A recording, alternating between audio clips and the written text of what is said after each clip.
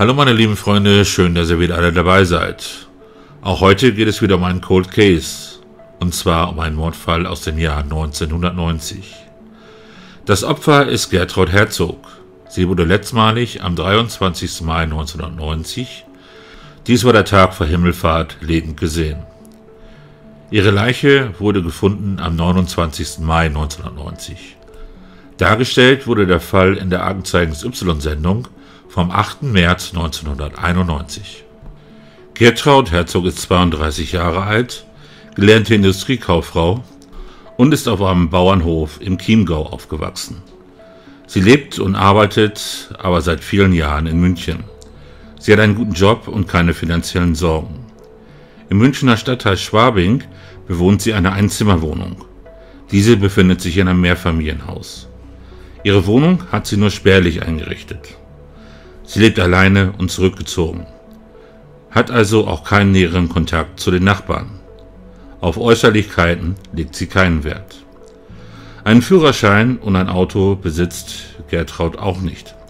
Aber sie hat ein Fahrrad, mit dem sie viel unterwegs ist. In der Regel stellt sie dieses Fahrrad auf dem Hof des Hauses ab, in dem sie ihre Wohnung hat. Generell ist es in Schwabing so, dass die jungen Leute recht unkompliziert miteinander umgehen. Aber Gertraud Herzog gehört nicht dazu.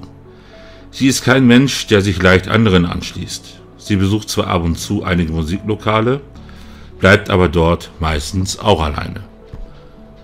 Seit 4 Jahren arbeitet sie in der Musikbibliothek am Gasteig in der Nähe des Deutschen Museums. Da Gertraud insgesamt sehr scheu ist, hat sie auch zu ihren Arbeitskollegen und Kolleginnen wenig privaten Kontakt. Über sich selbst erzählt sie so gut wie nichts. Sie hat am Tag ihres Verschwindens, dem 23. Mai, ein Gespräch mit ihrem Chef, denn sie möchte den Brückentag am 25.05. gerne Urlaub nehmen. Ihr Chef lehnt dies aber ab, da gerade an solchen Brückentagen immer sehr viel los ist. Sie begründet ihre Anfrage damit, dass sie auch gerne mal ein paar Tage wegfahren möchte. Sie hat dann an diesem Mittwoch, dem 23.05.1990, bis 19:15 Uhr in der Bibliothek gearbeitet. Den Abend verbringt sie in ihrer Schwabinger Wohnung. Gegen 20:30 Uhr telefoniert sie mit ihrem Bruder in Chiemgau. Soweit die Polizei dies später feststellen kann, ist sie auch der einzige Mensch in ihrem Umfeld, zu dem sie eine intensivere Beziehung hat. Sie erzählt ihm in dem Telefonat, dass sie wie üblich am Samstag kommt und sie eigentlich am Freitag Urlaub nehmen wollte, dies aber nicht geklappt hat. Sie fährt meistens am Wochenende zu ihrem Bruder, um ihm bei der Arbeit auf dem Hof zu helfen. Auch ihr Bruder ist nicht verheiratet. Seit dem Tod der Eltern bewirtschaftet er den Hof der Eltern alleine. Was Gertraud Herzog am 24. Mai 1990, also am Himmelfahrtstag, gemacht hat, liegt weitestgehend im Dunkeln. Eine Nachbarin, die in der Nebenwohnung wohnt, hört an diesem Tag gegen 21:45 Uhr, während sie Fernsehen schaut, laute Geräusche aus der Wohnung von Gertraud. Diese klingen nach einem Streit. Eine andere Nachbarin hört ebenso zur gleichen Zeit laute Geräusche, die aus der Wohnung von Gertrauds Wohnung kommen. Sie geht der Sache nach. Laut der Darstellung handelt es sich wohl um eine Nachbarin, die über Gertraud wohnt. Sie klingelt wegen des Lärms bei einem Nachbarn. Dieser hat von dem Lärm nichts mitbekommen, aber er soll einfach eben mitkommen, dass die beiden einfach mal zusammen zu der Wohnung gehen. Denn die Nachbarin berichtet, dass es klingt, als wenn Möbel verrückt werden und dass Gertraud gewimmert hat. Daraufhin gehen die beiden dann gemeinsam zur Wohnung, können aber aus der Wohnung nichts mehr hören. Die Nachbarin sagt noch einmal zu ihrem Nachbarn, den sie zur Hilfe geholt hat, dass es sich ganz unheimlich angehört hat. Was sich dort in der Wohnung abgespielt hat, konnte nicht geklärt werden. Aber Gertraud wurde nie wieder lebend gesehen. Die Polizei vermutet aber, dass in dieser Nacht bereits ihr Mörder bei ihr gewesen ist. Und irgendwann danach verschwinden dann auch diverse Gegenstände aus dem Besitz von Gertraud. Unter anderem ihr Fernseher, ihr Videorekorder und ihr Fahrrad. Am Freitag, dem 25. Mai, wundern sich dann die Kollegen und der Chef, dass sie nicht zur Arbeit erscheint. Aber sie unternehmen zunächst nichts. Sie denken, dass sie einen auf krank macht und wollen dann erst einmal den Montag abwarten. Der Bruder von Gertraud macht sich dann aber bereits am Samstag, dem 26. Mai, Sorgen. Gertraud hatte ihm am Mittwoch im Telefonat einen Zug genannt, den sie nehmen wird. Daraufhin war er am Samstag am Bahnhof, aber Gertraud war nicht in dem Zug. Er versuchte sie dann telefonisch zu erreichen, aber natürlich ohne Erfolg. Als er bis Montag nichts von ihr gehört hat und auch die Kollegen und der Chef in der Bibliothek nicht wissen, was passiert ist, da sie eben auch am Montag nicht zur Arbeit kam, erstattete der Bruder am Montag, dem 28. Mai 1990, dann Vermisstenanzeige. Am gleichen Tag lässt die Münchner Polizei die Wohnung von Gertraud öffnen. Aber diese finden keine Hinweise, was passiert sein könnte. Die Polizei hinterließ einen Zettel mit der Nachricht, dass sie sich bitte bei der Rückkehr bei der Polizei meldet. Am nächsten Tag, Dienstag, dem 28. Mai 1990, wurde dann auf dem Autobahnparkplatz eine tote Frau gefunden. Sie wurde mit 43 Messerstichen getötet, dann mit Benzin übergossen und angezündet. Die komplette Kleidung fehlte. Gertraud war also nackt. Mit Hilfe von Presseveröffentlichungen und Spurenabgleichen ist es dann sehr schnell gelungen, Gertraud zu identifizieren. Sie war bereits tot, als sie mit einem Fahrzeug zum späteren Umfundort gebracht wurde. Dies war vermutlich bereits in der Nacht vom 24. Mai auf den 25. Mai 1990. Die Leiche war in eine beige-braune Decke eingewickelt. Da Gertraud nackt aufgefunden wurde, fehlte neben den Kleidern auch der Personalausweis und eine EC-Karte. Diese wurden auch nicht in der Wohnung von Gertraud gefunden. Dies waren dann die filmische Darstellung und auch die Nachbesprechung des Falls. Dann gab es dazu noch einen Artikel in der Münchner TZ vom 21. Juli 2008, in dem es einige Unterschiede zur Darstellung im Aktenzeichen XY-Fall gibt. Gertraud Herzog arbeitete als Sachbearbeiterin in der Musikbibliothek der Stadtbücherei im Gasteig. Engagiert, flott und geduldig machte sie ihren Job. Sie kam gut aus mit ihren Kollegen und war beliebt bei den Kunden mit den vielen Musikwünschen.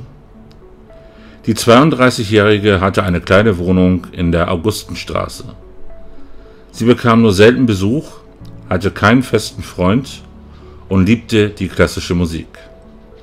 Wenn sie einmal ausging, dann gern in Alternativkneipen, wo sie bei sehr temperamentvollen Diskussionen zuweilen voll auf Konfrontationskurs ging.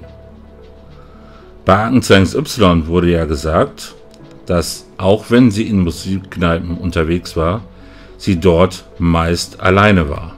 Am Abend des 23. Mai 1990, ein Mittwoch, telefoniert Gertraud mit ihrem Bruder in Traunstein. Sie verspricht, morgen komme ich zu dir, ich nehme den Zug. Doch der Donnerstag, Vatertag und Himmelfahrtsfeiertag vergeht. Der Bruder wartet umsonst auf sie. Abends hören Nachbarn aber Musik aus ihrer Wohnung. Gertraud Herzog scheint daheim zu sein. Auf jeden Fall ist jemand in der Wohnung. In der Aktenzeichen Y-Sendung wurde es so dargestellt, dass sie ihrem Bruder sagte, ich komme erst Samstag. Der dann darauf entgegnet hat, du kommst doch immer erst samstags. Und sie ihm dann erzählte, dass sie am Freitag Urlaub nehmen wollte, aber dies nicht genehmigt wurde. Also auch da wieder eine komplett andere Darstellung. In Aktenzeichen Y wurde dann davon gesprochen, dass Lärm in der Wohnung war, wie Möbelrücken und Gertraud habe gewimmert. In der Sendung wurde nie darüber gesprochen oder es wurde nicht erwähnt, dass man auch mal Musik aus ihrer Wohnung gehört hat. Dann geht es weiter mit dem Artikel. Am darauffolgenden Freitag bleibt der Platz in der Gasteig-Bibliothek leer. Das ist sehr ungewöhnlich, denn Gertraud hat noch nie unentschuldigt gefehlt. Sie geht auch nicht ans Telefon und in der Wohnung rührt sich nichts. Ihr Chef meldet sich schließlich als vermisst. Die Wohnung wird von der Polizei geöffnet. Von Gertraud Herzog keine Spur. In der Aktenzeichen XY-Sendung hat ihr Bruder sie vermisst gemeldet, als er am Montag in der Arbeit angerufen hat und auch dort niemand wusste, wo sie denn ist. An welchem Tag der Chef laut der Darstellung in der Münchner Tageszeitung sie dann vermisst gemeldet hat, steht dort leider nicht. Aber so, wenn ich das so interpretiere, ist es laut dieser Darstellung so gewesen, dass der Chef sie dann wohl am Freitag schon vermisst gemeldet hat. Dann geht es weiter mit dem Artikel. 4 Tage später, am 29. Mai 1990, steuert ein LKW-Fahrer auf der Autobahn A95 in Richtung Garmisch den letzten Parkplatz vor Seeshaupt an. Er sucht sich ein sichtgeschütztes Gebüsch. Was er dort zufällig findet, treibt ihn auf der Stelle in wilder Panik an die nächste Notrufsäule. Im Gebüsch liegt eine nackte, halb verbrannte und grausam verstümmelte Frauenleiche. So schlimm entstellt, dass die Kripo Weilheim Probleme mit der Identifizierung und der Sicherung von Spuren bekommt. Die Leiche wurde mit einer brennbaren Flüssigkeit übergossen. Daneben liegt eine braune Wolldecke. Der Fall wird später an die Münchner Mordkommission abgegeben, denn die Tote stammt aus München und wurde dort vermutlich ermordet. Es ist die Bibliothekarin Gertraud Herzog. Die Gerichtsmediziner zählen 43 Stiche in Rücken, Brust und sogar in den Hinterkopf. Ausgeführt mit großer Kraft. Ein Hinweis darauf, dass hier vermutlich große Emotionen im Spiel waren. Wer derart brutal ermordet wird, wird von Hass getrieben und nicht selten auch von Angst. Die braune Wolldecke, in der ihre Leiche vermutlich aus dem Haus in der Augustenstraße geschafft wurde, stammt aus ihrer Wohnung. Eine Befragung der Nachbarn ergab, dass sie sich am Vatertagsabend laut mit jemandem gestritten hatte. Mit ihrem Mörder? War er auch der Grund, warum sie das vereinbarte Treffen mit ihrem Bruder nicht einhielt? Okay, dann wird jetzt hier im zweiten Teil des gleichen Artikels plötzlich nicht mehr von Musik gesprochen, sondern von Streit.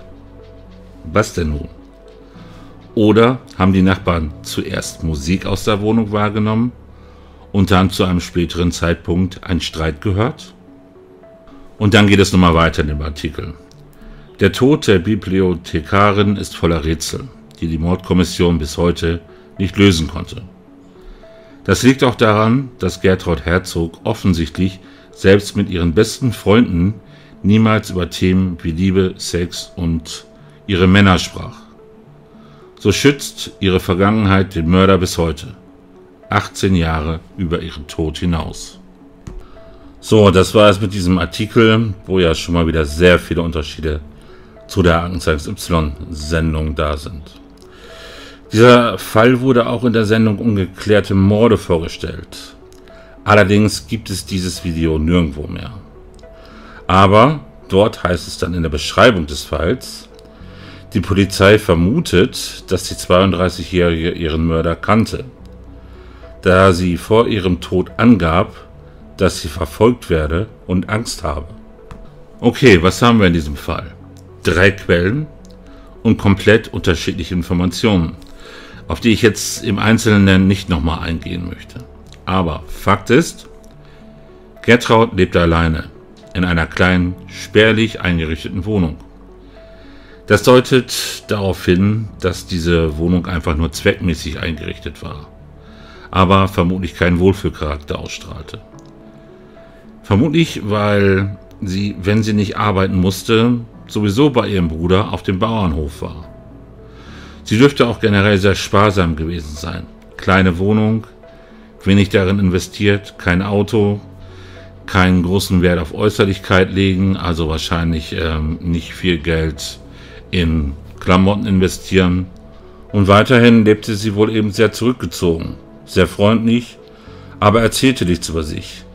Hatte keine Freundin, anscheinend, mit der sie über Männer oder Ähnliches sprechen konnte.